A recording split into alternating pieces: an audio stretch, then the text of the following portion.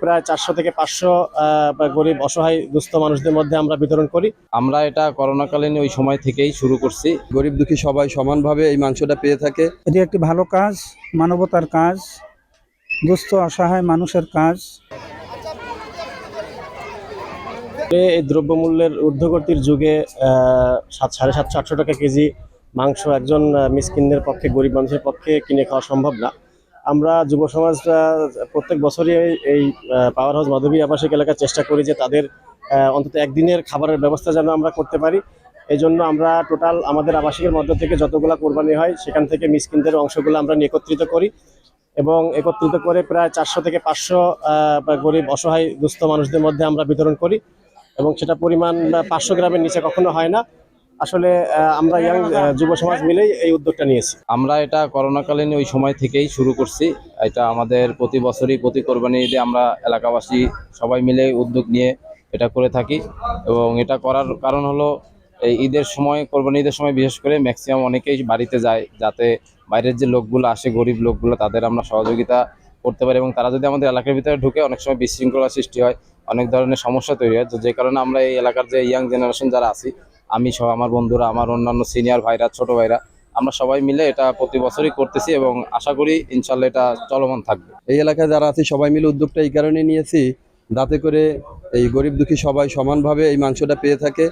আমরা প্রতি বছর 400 থেকে 500 লোকের মাঝে এই মাংসটা বিতরণ করে থাকি।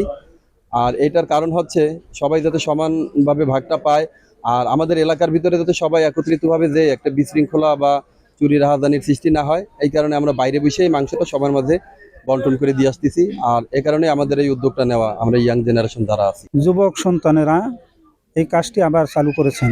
নিঃসন্দেহে এটি একটি ভালো কাজ, মানবতার কাজ, দুস্থ অসহায় মানুষের কাজ। এজন্য আমাদের যে সমস্ত যুবক ছেলেরা এই উদ্যোগ নিয়েছেন, আমি এলাকাবাসীর পক্ষ থেকে, মসজিদের পক্ষ থেকে আমি কৃতজ্ঞতা জানাই এবং তাদের জন্য আল্লাহর কাছে দোয়া প্রার্থনা করি আল্লাহ তাআলা এই ধরনের ভালো কাজ যেন তাদেরকে আরও বেশি বেশি করার জন্য আল্লাহ তৌফিক দান করেন এবং আগামীতে আরও সুন্দরভাবে যেন আরও বেশি মানুষের মধ্যে আমরা সকলে মিলে এটা বন্টন করতে পারি। আল্লাহ তাআলা সেই তৌফিক দান করুন।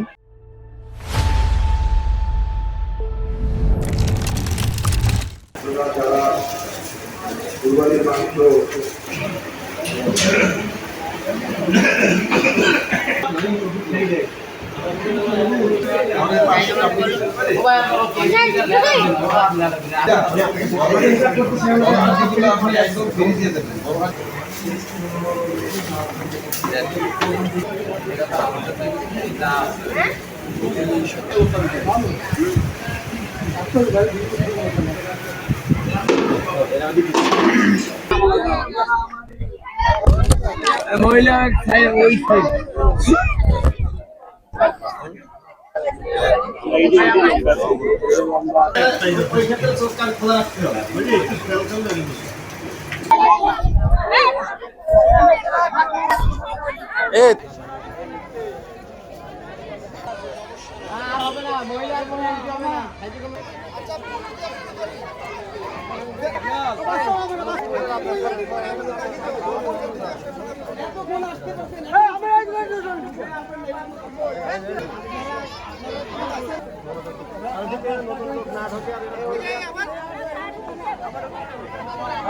আমি খুব গেলাম, খুঁজতে পাইনি।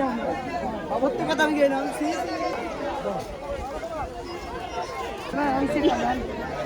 বাচ্চা করে